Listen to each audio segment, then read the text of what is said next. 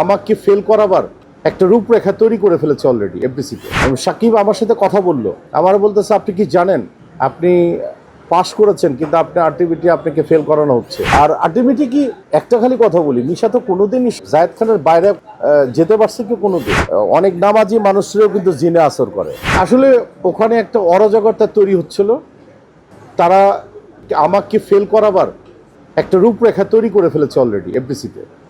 এবং সেই রূপরেখার এখনও জীবিত আছেন আকবর ভাই, এবং ওখানে খসরু সাহেব ছিলেন।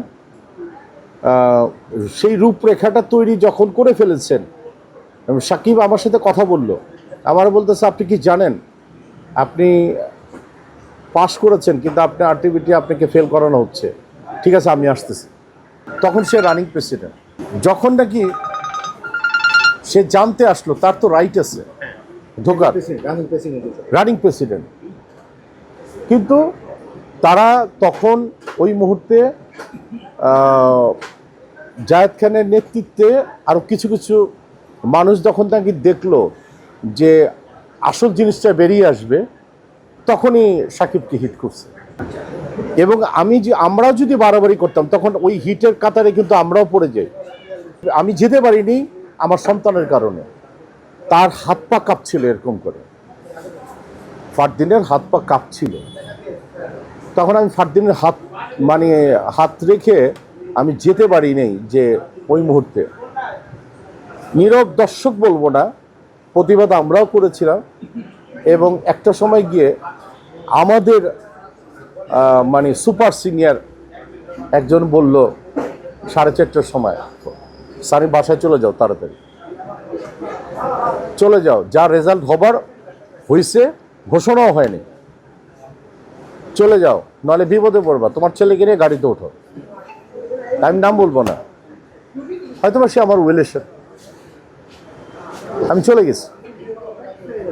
আর দৃশ্যপট তো তোমরা এখন জানতে পারছ যে আমার নির্বাচনটা কি হয়েছে, মৌসুমীর প্রেসিডেন্ট নির্বাচনও কি হয়েছে।